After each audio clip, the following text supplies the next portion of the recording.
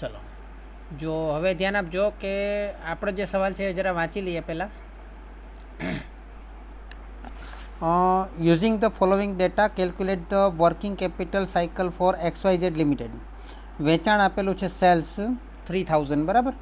હવે સેલ્સનું તો હાલમાં કંઈ ખાસ કામ નથી. કોસ્ટ ઓફ પ્રોડક્શન આપેલી છે 2100. કોસ્ટ ઓફ પ્રોડક્શન એટલે વેચાણનું પણ આપણને કામ પડશે. ઓકે, વેચાણનું પણ આપણને કામ પડશે. વેચાણનું કામ આપણને ક્યાં પડશે? તૈયાર માલના સ્ટોકમાં, તૈયાર માલના સંગ્રહનો ગાળો શોધવાનો ને, એમાં વેચેલ માલની પડતર જોઈશે ને. ત્યાં પછી કોસ્ટ ઓફ પ્રોડક્શન 2100 એ કેમાં કામ લાગશે? ઉત્પાદન પડતર અર્ધ તૈયાર માલને રાખવાના મુદતમાં, અર્ધ તૈયાર માલની મુદતમાં. પછી પરચેઝી છે કેના માટે કામ લાગશે? કાચા માલના માટે, બરાબર. 600. Average raw material stock, raw material એટલે કાચા માલનો સરેરાશ સ્ટોક. પછી અર્ધ તૈયાર માલની સરેરાશ સ્ટોક, પછી તૈયાર માલની સરેરાશ સ્ટોક, અને એવરેજ ક્રેડિટર્સ ને એવરેજ ડેપ્ટર્સ આપેલા છે, બરાબર. તો આપણે કરીએ શરૂઆત. ઓકે ઓકે, ચલો તો શરૂઆત કરીએ. તો સૌથી પહેલું આપણે સૂત્ર જે છે સરેરાશ કાચા માલનો સ્ટોક. હવે સરેરાશ કાચા માલનો સ્ટોક કેટલો આપેલો છે? 80 આપેલો છે. છેદમાં વપરાયેલ કાચા માલની પડતર. વપરાયેલ કાચા માલની પડતર કેટલી હશે? તો કે જે આપણે ખરીદી કરી હશે તે જ હશે, 600. અને ગુણ્યા દિવસો નથી કીધા એટલે 365 લેવા પડશે. કંઈ નથી કીધું એટલે ક્લિયર. ચલો, ત્યાર પછી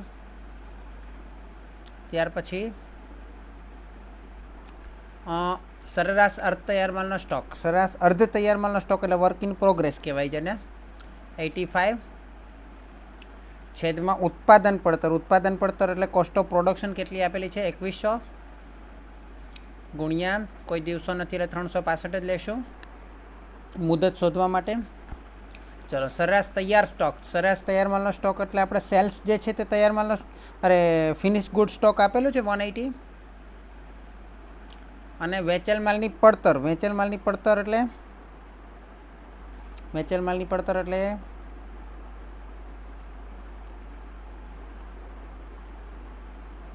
વેચેલ માલની પડતર કઈ હશે? સેલ્સની ગણાશે, હે ને? સેલ્સ ગણાશે. વેચેલ માલની પડતરમાં સેલ્સની ગણાશે. ઉત્પાદન પડતર છે એ જ આપણે સેલ્સમાં લેવી પડશે, કારણ કે એટલે એ જ આપણે વેચેલ માલની પડતરમાં લેવી પડશે, હે ને. એટલે વેચેલ માલની પડતર એટલે કે એની અંદર કોઈ બીજા વધારાના ખર્ચા થયા નથી. જે ઉત્પાદન પડતર પછી કોઈ બીજા ઓફિસ કે બધા વહીવટી ખર્ચા થયા નથી. ક્લિયર. ત્યાર પછી સરેરાશ વેપારી લેણા. સરેરાશ વેપારી લેણા. લેણા એટલે ડેપ્ટર્સ 350 છેદમાં ઉધાર વેચાણ. ઉધાર વેચાણ કેટલું છે? ખાલી વેચાણ આપેલું છે 3000. અહીંયા વેચાણ લેશું, બરાબર છે.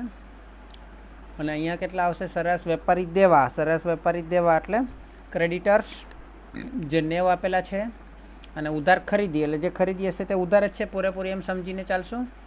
600 ગુણ્યા 365. ચલો, ગણતરી કરાવવો જોઈએ. પહેલામાં શું આવશે? 80 ભાગ્યા 600 ગુણ્યા 365 કરવો જોઈએ.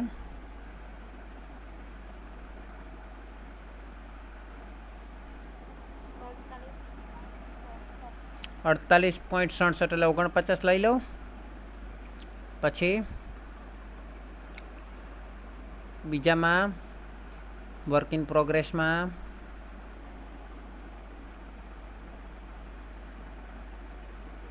સોરી 14.77 એટલે 15 જ લઈ લઉં છું, બરાબર. ચલો, પછી ડેઝ છે ને, ડેઝ દિવસો, તમારે દિવસો એમ લખવાનું. ચલો, ત્યાર પછી 180 ભાગ્યા 2100 ગુણ્યા 365.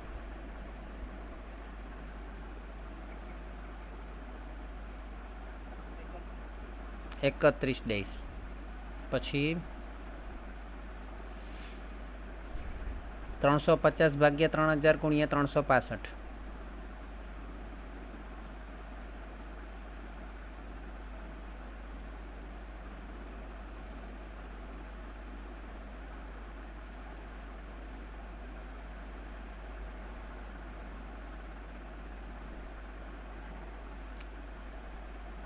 કેટલા આવે છે? 342.58 એટલે 43 લઈ લઉં છું. અને લેણદારના ગુણોત્તરમાં એટલે કે લેણદારના ગુણોત્તરની જગ્યાએ આપણે એમ પણ કહી શકીએ કે ચૂકવણીની મુદત. અહીંયા શું લખી શકીએ? ઉઘરાણીની મુદત, ઉઘરાણીનો સમયગાળો. બરાબર, ચલો કેટલું આવશે ચૂકવણીની મુદત?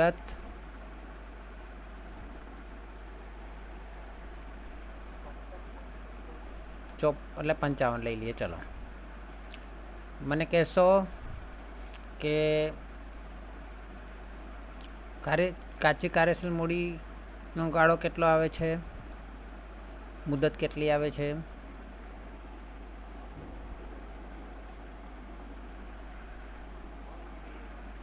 $138. એમાંથી 55 બાદ કરો એટલે ચોખ્ખી કાર્યશીલ મૂડીનો ગાળો અથવા તો ચક્ર અથવા તો મુદત 83 દિવસો આપણો જવાબ આવી ગયો. ક્લિયર? હવે મને કહેશો, જો અત્યારે આપણે નવું ટૉપિક શરૂ કરતાં પહેલાં સાથે સાથે સમજતા જઈએ કે જો આ 83 દિવસ આવે તો 83ની જગ્યાએ માની લો કે 100 દિવસ જવાબ આવતે તો આપણને વધારે ફાયદો કે 83 આવે તો વધારે, મતલબ 100 દિવસ આવતે એમાં વધારે ફાયદો કે નુકસાન?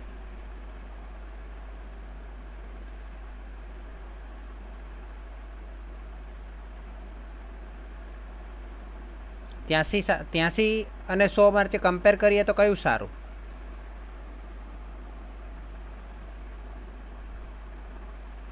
આપણે શોધી તો લીધું પણ કયું સારું?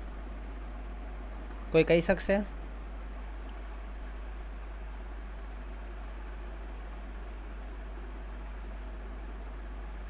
બોલો.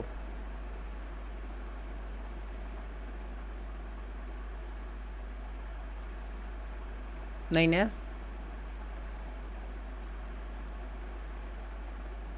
ચલો હું તમને કહું કે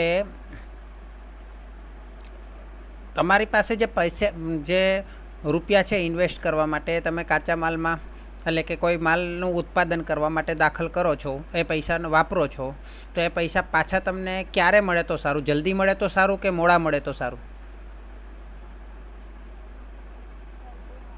જલ્દી મળે તો સારું. ને આ એ બતાવે છે કે તમારી કાર્યશીલ મૂડીમાં જે તમે પૈસા દાખલ કરો છો એ કેટલા દિવસમાં પાછા તમને મળશે. તો કેટલા દિવસમાં મળશે? 83 દિવસમાં. બરાબર ને? હવે તમારે કમ્પેર કરવું હોય, તમને બે અલગ માહિતી આપેલી હોય, બે અલગ ઉત્પાદન માટેની માહિતી આપેલી હોય, તમે કમ્પેર કરીને કહી શકો કે કઈ વસ્તુ સારી. અચ્છા, હવે આને માનો કે 83 દિવસ છે ને ઘટાડવા હોય તો કયા પગલાં ઉઠાવી શકાય? 83 દિવસને ઘટાડવા હોય તો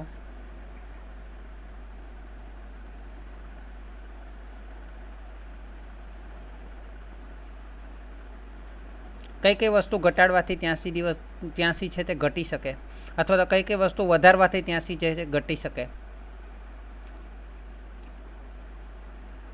કાચા માલના વપરાશનો મુદત છે, ગાળો છે, અર્ધ તૈયાર માલના રાખવાનો ગાળો છે, તૈયાર માલના સંગ્રહનો ગાળો છે, અથવા દેવાદાર ગુણોત્તર એટલે કે ઉઘરાણીની મુદત છે. આ ચારમાંથી કોઈ પણ વસ્તુમાં થોડો ઘટાડો કરતા જાઓ તો તમારો સરવાળો 138ની જગ્યાએ ઓછો આવે કે નહીં?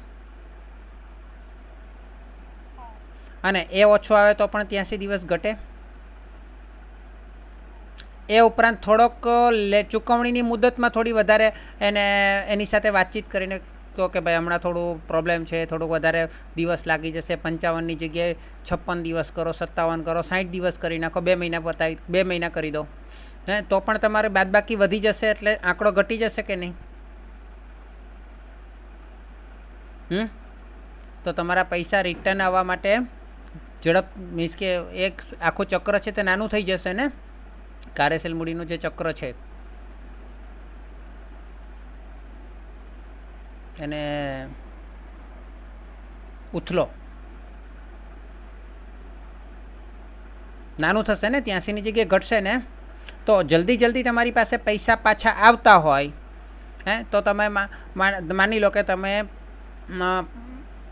તમને અત્યારે ગણતરી કરી કે 83 દિવસમાં તમારા પૈસા પાછા આવે છે, બરાબર. એટલે તમે શું કરશો, તમારી પાસે 1 રૂપિયો પણ છે નહીં, તો તમે શું કરશો આ ધંધો કરવા માટે? 83 દિવસ માટે તમે લોન લેશો અને તમે ધંધો સ્ટાર્ટ કરશો ને 83 દિવસ પછી તમે એને પૈસા રિટર્ન કરશો, તો તમારે 83 દિવસનું વ્યાજ આપવું પડશે. ઓકે. અચ્છા, હવે એની જગ્યાએ તમે આ સમયગાળો ઘટાડી દો અને વહેલા પૈસા ચૂકવી દો, તો વ્યાજ ઓછું આપવું પડે. વ્યાજ ક્લિયર ને? અને જો આ સમયવાળો વધી જાય તો તમારે વધારે વ્યાજ આપવું પડે. ઓકે. તમને ખબર છે ક્રેડિટ કાર્ડનો ઉપયોગ શું છે? ક્રેડિટ કાર્ડમાં તમને 45 દિવસની મુદત આપે, ખબર છે? એ શા માટે આપે? કોઈ ધંધાદારી લોકો માટે ક્રેડિટ કાર્ડ હોય, ખરેખર ધંધાદારી લોકો માટે જ હોય, સામાન્ય લોકો માટે નથી હોતું. એ ધંધાદારી લોકો શું કરે, ક્રેડિટ કાર્ડથી માલ ખરીદે, કાચો માલ અથવા તો જથ્થાબંધ માલ ખરીદે. જથ્થાબંધ માલ ખરીદી અને પછી વેચી અને પછી પૈસા આવે તે તેટલા સમયની અંદર એ લોકોને એક સમય મળી જાય, બરાબર, કે માલ ખરીદો, પછી રાખો, પછી એનું સેલ્સમેનિંગ કરો અને પછી વેચો. અને જો એટલું કામ એ 45 દિવસની અંદર પૂરું કરી દેતો હોય તો ક્રેડિટ કાર્ડવાળા 1 પણ રૂપિયો વધારાનો લે છે નહીં. તો ઘણા લોકો ક્રેડિટ કાર્ડ ઉપરથી ઘણો બધો સારી રીતે બિઝનેસ કરી શકતા હોય, જેનો કાર્યશીલ મૂડીનો સમયગાળો કેટલો હોય? 45 દિવસથી ઓછો હોય. તો એ લોકો આરામથી ધંધો કરે કે નહીં, વગર કોઈ ઇન્વેસ્ટમેન્ટથી. મોટું ફિક્સ ઇન્વેસ્ટમેન્ટ થાય, પણ કાર્યશીલ મૂડી માટે કોઈ ઇન્વેસ્ટમેન્ટની જરૂર પડે એને. હા, તો આ જે દિવસ છે એ ક્રેડિટ કાર્ડવાળા 45 દિવસ એને સ્ટાન્ડર્ડ રાખે છે કે જો 45 દિવસ હોય તો તમે આરામથી ધંધો કરી શકો. એટલે આમ તો 30 દિવસ આપે ને 15 દિવસ બિલ આવ્યા પછીના બીજા 15 દિવસ, એટલે 1 મહિનો ફ્રી મુદત અને બિલ એ લોકો મોકલે ત્યાર પછીના બીજા 15 દિવસ, એટલે ટોટલ 45 થાય. એટલે વેપારી લોકો માટે આ ક્રેડિટ કાર્ડ બહુ સારી વસ્તુ છે, બરાબર. ચલો હવે આપણે આગળ વધીએ. હજુ 1-2 દાખલા આવા ગણીએ. બોલો.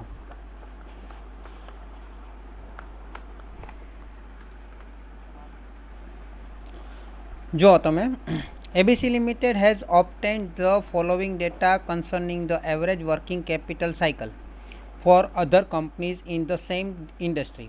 પહેલી વાત તો એ લોકોએ ABC લિમિટેડે પોતાની જેવી ઉદ્યોગમાં, ઇન્ડસ્ટ્રીમાં જે બીજી કંપની હોય તેના વર્કિંગ કેપિટલ સાયકલ, હા, એટલે કાર્યશીલ મૂડીનું ચક્ર કે કાર્યશીલ મૂડીનું ઉથલો, એનો ગાળો, એની મુદત, હે, એ આપણને આપેલી છે બીજી કંપનીની, પોતાની નહીં, હે ને. બીજી કંપનીનું આ આંકડાઓ આપેલા છે 20 દિવસ, 15 દિવસ, 40 દિવસ, 60 દિવસ, 40 દિવસ અને ટોટલ નેટ છે 95 દિવસ, બરાબર. તો એ બીજી કંપનીનું આપેલું. પછી શું કહે છે એ લોકો? Using the following data calculate the current working capital cycle for ABC limited.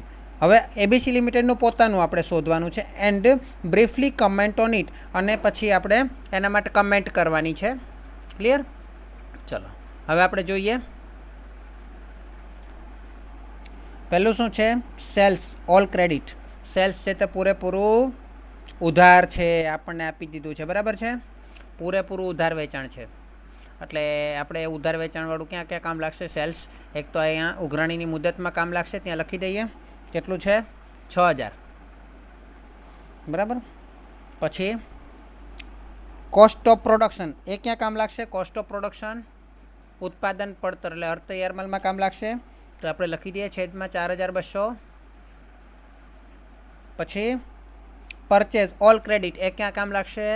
એ 2 જગ્યાએ કામ લાગશે. એક તો ચૂકવણીની મુદતમાં કામ લાગશે, પૂરેપૂરું ઉધાર ખરીદી છે, અને બીજું ક્યાં કામ લાગશે? વપરાયેલ કાચા માલની પડતરમાં. એ બી પરચેઝ જ કહેવાય ને, કારણ કે આપણને શરૂઆતનો કે આખરનો સ્ટોક નથી આપેલો. હા, એટલે પરચેઝ જ આવી જશે ને. શરૂઆતનો અને આખરનો 0 માની લો, અથવા તો આમાં એવરેજ આપેલી હોય તે માની લો, એટલે એ શું થઈ જશે? વપરાયેલ કાચા માલની પડતર એ જ આપણી પરચેઝ થઈ જશે 1200. પછી એવરેજ રો મટીરિયલ સ્ટોક, સરેરાશ કાચા માલનો સ્ટોક કેટલો આપેલો છે? 190, એટલે અહીંયા લખી દેવું. પછી average work in progress, average work in progress અરે પેલું રો મટીરિયલ છે, સોરી, એટલે કાચા માલનું, એટલે અહીંયા આવશે.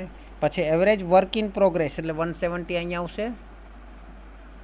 પછી average finish good stock, finish good તૈયાર માલનો સ્ટોક એટલે 360 અહીંયા આવશે. પછી એવરેજ ક્રેડિટર્સ, ક્રેડિટર્સ એટલે લેણદારો, એટલે ક્યાં આવશે? 150 અહીંયા આવશે. અને એવરેજ ડેપ્ટર્સ એટલે 700 એ અહીંયા આવશે. હવે અહીંયા વેચાલ માલની પડતર આપણી પાસે નથી. વેચાલ માલની પડતર નથી તો એ શું લેશું આપણે? ઉત્પાદન પડતરને જ વેચાલ માલની પડતર લઈ લઈશું. ઓકે, તો ઉત્પાદન પડતર કેટલી છે? 4200, એ જ આપણે વેચાલ માલની પડતર લઈશું. હવે ગુણ્યા કેટલા કરવાના છે? કોઈ દિવસો આપેલા છે 360 કે એવું કંઈ નથી, તો આપણે 365 લઈશું. હા, અને પેલી આગળની માહિતી છે તે દિવસોમાં છે એટલે 365 લઈશું. બરાબર છે. આગળની માહિતી જે બીજી કંપનીની આપેલી છે એ મહિનામાં હોતે તો અહીંયા આપણે 12 લેતે. આગળ બીજી જેની સાથે આપણે કમ્પેર કરવાનું છે તે વીકમાં, અઠવાડિયામાં હોતે તો આપણે અહીંયા 52 લેતે. ક્લિયર આટલું? ચલો જોઈએ, આંકડા શોધીએ. ચલો ગણતરી કરીને ફટાફટ મને આપતા જાઓ કેલ્સીથી.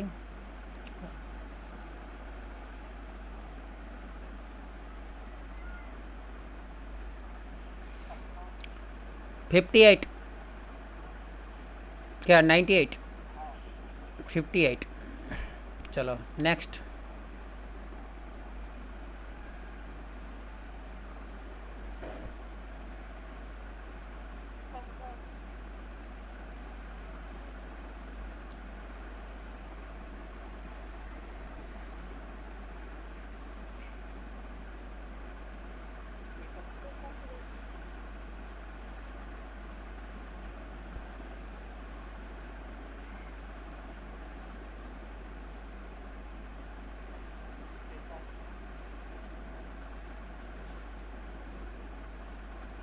પછી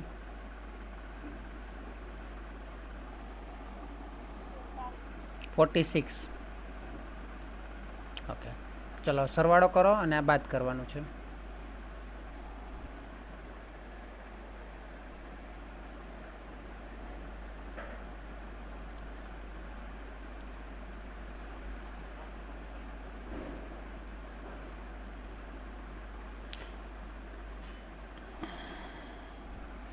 ચલો થઈ ગયો. હવે બીજી કંપનીની સાથે સરખાવીએ તો એનો વર્ક પહેલું છે 20, પછી 15, પછી 40, પછી 60, પછી પાછું અહીંયા 40 અને નેટ આવ્યું છે એનું 95. તો પહેલી વાત તો ઓલ ઓવર જોઈએ તો આપણી કંપનીની પરિસ્થિતિ બીજી કંપની કરતાં કેવી છે? આપણી કંપનીની નહીં, સારી નથી ને. બીજી કંપનીની 95 ડેઝ છે ને આપણું 101 ડેઝ છે. તો આપણી પરિસ્થિતિ કેવી રીતે કે સારી કહેવાય? નબળી છે ને આપણી. હા, ટોટલ ઓલ ઓવર જોઈએ તો આપણી કંપનીની પરિસ્થિતિ બીજી કંપની કરતાં વર્કિંગ કેપિટલની દ્રષ્ટિએ જોવા જઈએ તો નબળી છે. કેમ કે એ લોકો 95 દિવસ લગાડે છે, જ્યારે આપણને કાચા માલથી શરૂ કરીને માલ વેચાય અને પૈસા આપણા હાથમાં પાછા આવે ત્યાં સુધી 101 દિવસ લાગી જાય છે. બરાબર છે. તો એ કઈ જગ્યાએ કમી પડે છે એ આપણે જોઈએ તો 1 by 1 એક એકની અંદર જોઈએ. તો પહેલાં તો અહીંયા આપણે ટોટલ કરીએ. અહીં કેટલું આવશે? 55, અરે 135. ઓકે, ચલો હવે આપણે 1 by 1 કમ્પેર કરીએ. તો પહેલું કાચા માલના સંગ્રહનો મુદત કેટલી છે? 58 ને પહેલાં લોકોની 20 છે. તો સૌથી પહેલાં તો આપણને કાચા માલને તૈયાર માલમાં કન્વર્ટ કરવા, કાચા માલને દાખલ કરવામાં જ સૌથી વધારે સમય લાગે છે. કાચો માલ તો આપણે વધારે ખરીદી લઈએ છીએ પણ એને દાખલ કરવામાં જ વધારે સમય લાગે છે. એ જો 20 દિવસ જેટલો થઈ જાય તો આપણું ટોટલ 101 નહીં, 95 નહીં, ખૂબ જ ઓછું થઈ જાય. કારણ કે બાકી બધામાં તો આપણે કવર કરી શકીએ એમ છીએ. સૌથી વધારે નબળી પરિસ્થિતિ કાચા માલને મશીનની અંદર દાખલ કરવા, એટલે કામ શરૂ કરવામાં જ વધારે સમય લાગી જાય છે. એના ઘણા કારણો હોઈ શકે. ઘણીવાર એવું થતું હોય કે એકસાથે જથ્થાબંધમાં માલ મળતો હોય તો આપણે કાચો માલ રાખી મૂકીએ. હા, ઘણીવાર બીજા કામ ચાલુ હોવાને કારણે કાચો માલ રાખી મૂકવો પડતો હોય. બરાબર, તો એ આપણે ઘટાડી શકીએ કે જેથી કરીને આપણે ઓલ ઓવર ડેઝ વધારી શકાય. હે ને. અર્ધ તૈયાર માલના રાખવાના ગાળા તો બંનેમાં સેમ જ છે. એટલે ઉત્પાદન કરવામાં તો બંનેને સેમ સમય લાગે છે. તૈયાર માલના સંગ્રહની વાત કરીએ તો એ લોકોનો 40 છે, આપણો 31 છે. આનું કારણ શું હોઈ શકે? એ લોકોનો જેવો માલ તૈયાર થાય છે પછી વેચવામાં ટાઈમ લાગે છે, જ્યારે આપણો માલ જલ્દી વેચાઈ જાય છે 31 દિવસમાં. એ લોકોને 40 દિવસ લાગે છે. આ જગ્યાએ આપણે પોઝિટિવિટી છે. અચ્છા, દેવાદાર ગુણોત્તરની વાત કરીએ તો એ લોકોને ઉઘરાણી કરવામાં 60 દિવસ લાગે છે, જ્યારે આપણે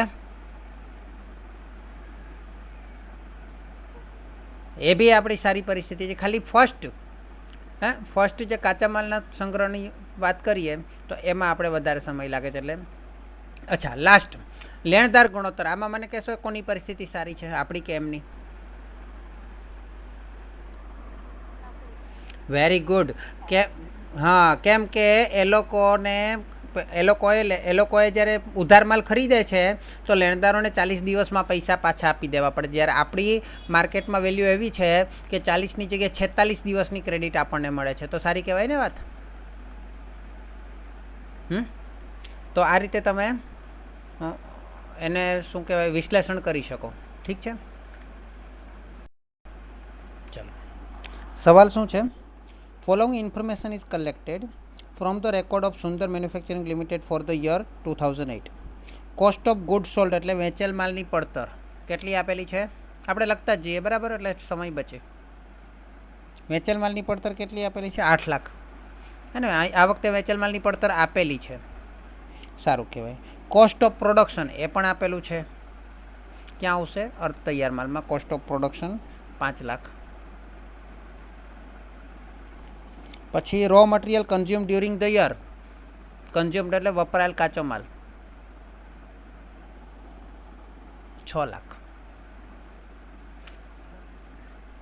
જો અહીંયા છે ને શરૂઆતનો સ્ટોક ને છેવટનો નથી, એટલે આપણે ડાયરેક્ટ લખીએ છીએ, નહીં તો આપણે શોધવું પડે. Row material consume during the year. Average finished goods, finished એટલે તૈયાર માલ 40,000.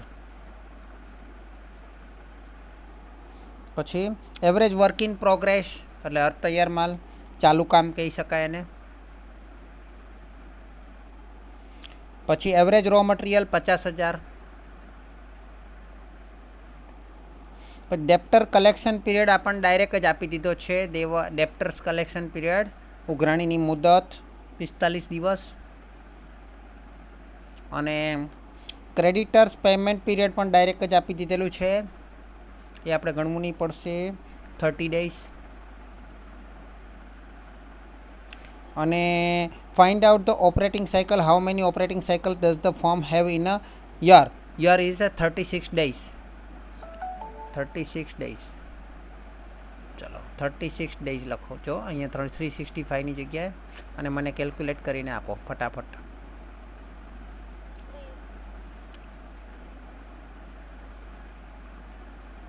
પહેલામાં 30, બીજામાં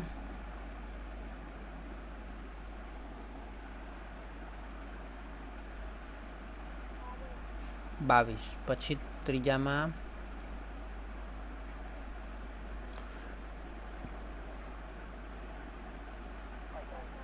18. ચારેનો સરવાળો કરો.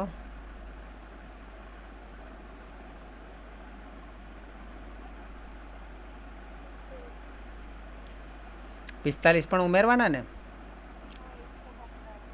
હા, અરે 85. કેટલા આવે છે? નેટ 85 આવે છે ચોખ્ખું.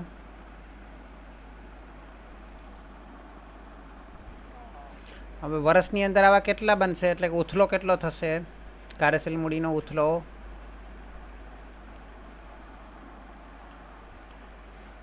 360 દિવસ છે ને, અને ભાગ્યા 85 કેટલો થશે? ટર્નઓવર, ચલન દર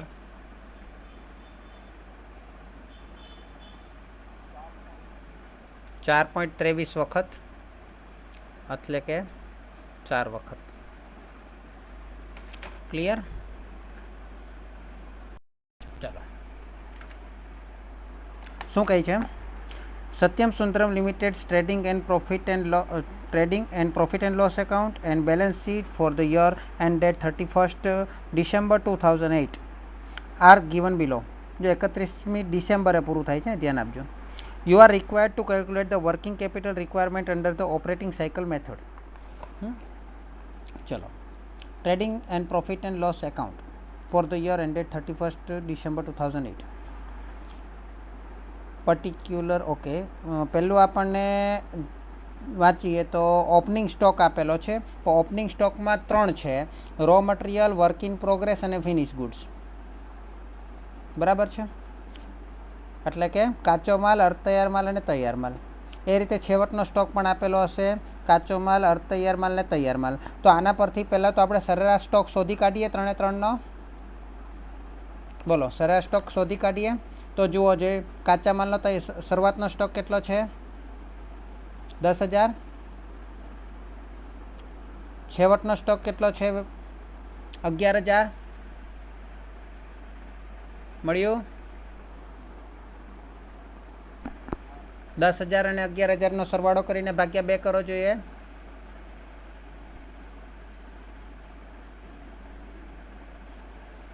એ હું અહીંયા સૂત્રમાં લખી દઉં, કિંમત મૂકી દઉં 10,500. બોલો, યસ ઓર નો? લખાઈને પછી વર્ક ઇન પ્રોગ્રેસ એટલે કાચા અર્ધ તૈયાર માલનો સ્ટોક શરૂઆતનો અને છેવટનો આપેલો છે, સરવાળો કરીને ભાગ્યા 2 કરો જોઈએ.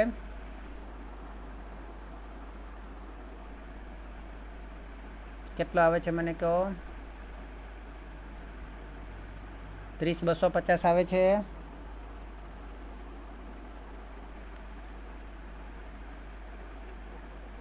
બરાબર ને કાજલ?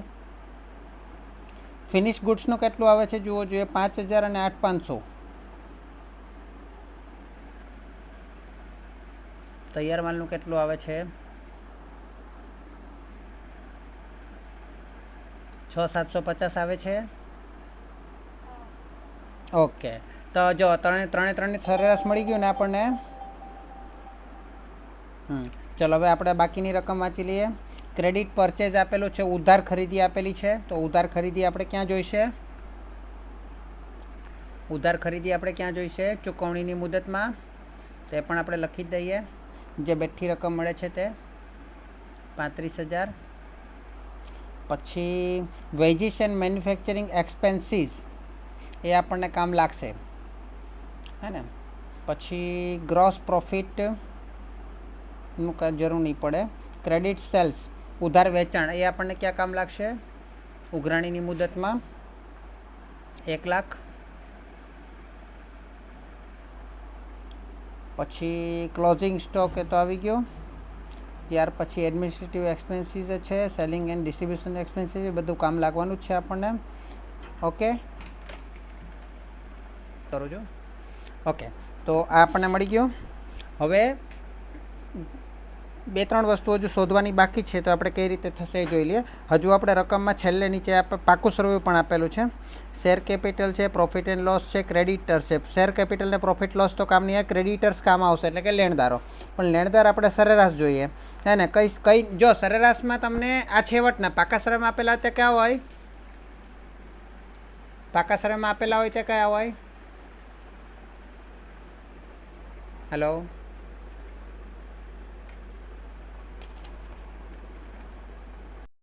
ઓકે.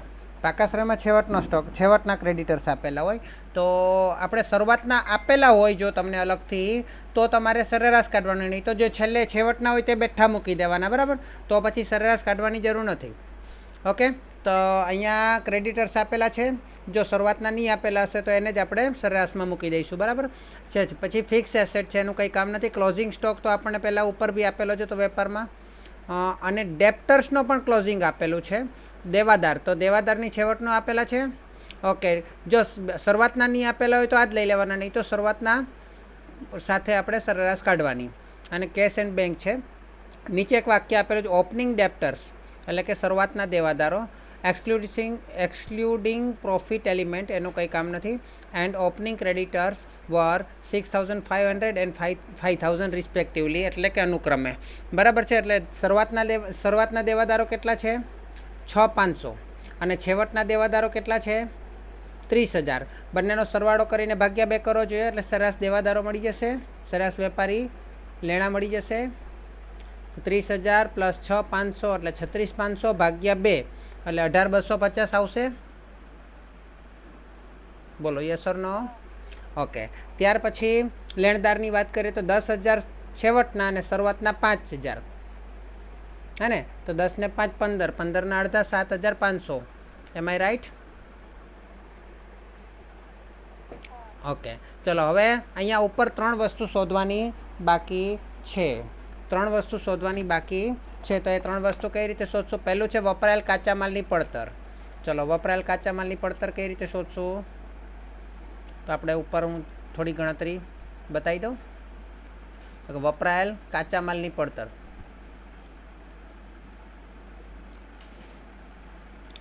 બરાબર કાચા માલનો શરૂનો સ્ટોક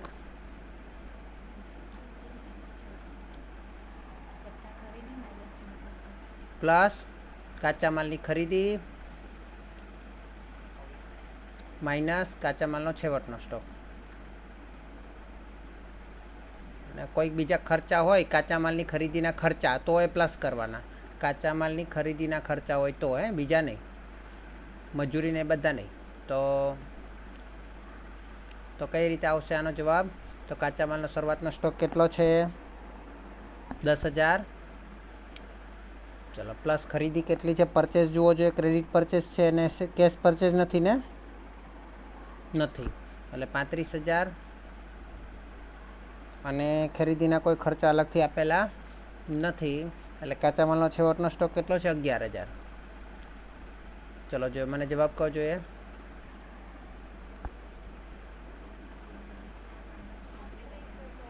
34,000. Very good. એ આપણે ક્યાં મૂકશું? પહેલા સૂત્રમાં. બરાબર. ચલો પછી બીજા સૂત્રમાં શું મૂકવાનું છે? ઉત્પાદન પડતર. ઉત્પાદન પડતર એટલે કે વપરાયેલ કાચા માલની પડતર તો લેવાની જ. એની અંદર આપણે પ્લસ કારખાના ખર્ચા. Very good. કારખાના ખર્ચા, કારખાના અને ઓફિસ ખર્ચા બંને લઈ લેવાના. કારખાના ખર્ચા અને ઓફિસ ખર્ચા, વહીવટી ખર્ચા. બરાબર છે. પ્લસ શરૂનો સ્ટોક કયો? તો કે અર્ધ તૈયાર માલનો શરૂનો સ્ટોક અને માઇનસ અર્ધ તૈયાર માલનો આખરનો સ્ટોક. એ તો લેવાનું જ. બરાબર. ચાલો તો શું કરશું? વપરાયેલ કાચા માલની પડતર આપણી પાસે 34,000 મળી, પ્લસ કારખાનાના ખર્ચા આપણને administration, veggies and manufacturing expense આપેલા છે. આમાં વેજીસ એન્ડ મેન્યુફેક્ચરિંગ એક્સપેન્સ આપેલા છે. બોલો કેટલા આવશે? 15,000 પ્લસ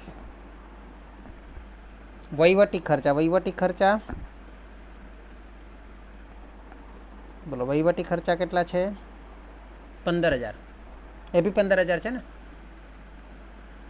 પ્લસ અર્ધ તૈયાર માલનો શરૂનો સ્ટોક 30,000 અને માઇનસ અર્ધ તૈયાર માલનો આખરનો સ્ટોક 30,500. ચલો આ ગણતરી કરીને કહો જોઈએ કેટલા આવે છે?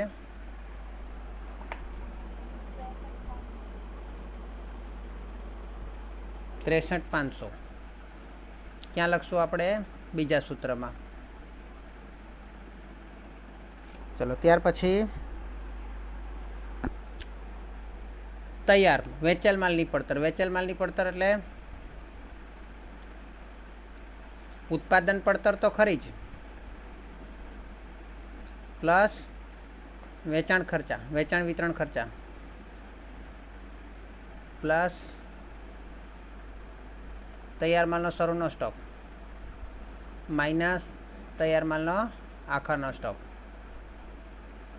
બોલો જે ઉત્પાદન પડતર કેટલી છે? 63,500 પ્લસ વેચાણ વિતરણ ખર્ચા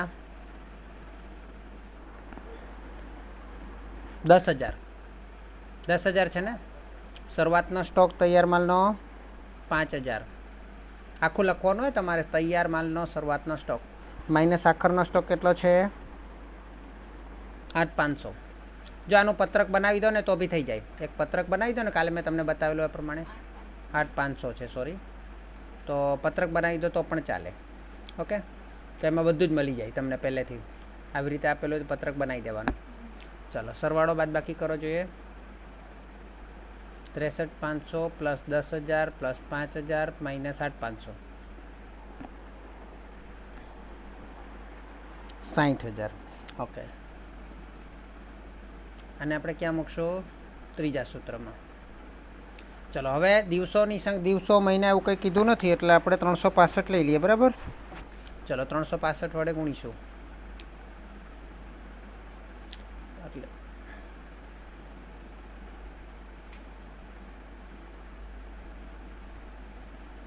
ચલો જે મને ગણતરી કરીને જવાબ આપતા જજો ફટાફટ. પહેલામાં 70,000 આવે છે. 70 આવે છે ને? ઓકે, 70,000. ચલો તો મને ગણતરી કરીને ઝડપથી આપો. એક શિવ પહેલું ગણો, કાજલ બીજું ગણો, શિવ ત્રીજું ગણો, કાજલ ચોથું ગણો અને શિવ પાંચમું ગણો. ચલો કાચા માલનો વપરાશનો ગાળો.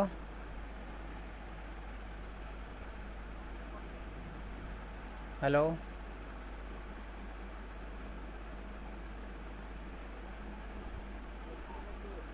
$113. પછી કાજલ 134. પછી શિવ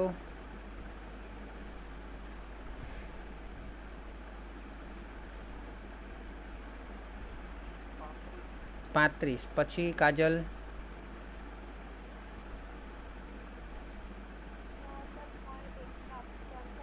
65 કરી દઉં. બરાબર, દિવસો છે એટલે 64.67 ને? અચ્છા, 67. ઓકે. ચલો ત્યાર પછી શિવ. કાજલ તમે આનો સરવાળો કરો.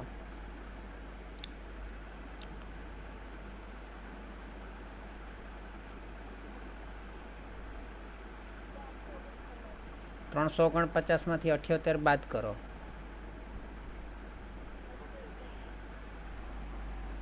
ચાલો, આ તમારો જવાબ આવી ગયો. ક્લિયર? બીજું કંઈ નથી કીધું ને એની અંદર? Capital requirement under operating cycle method.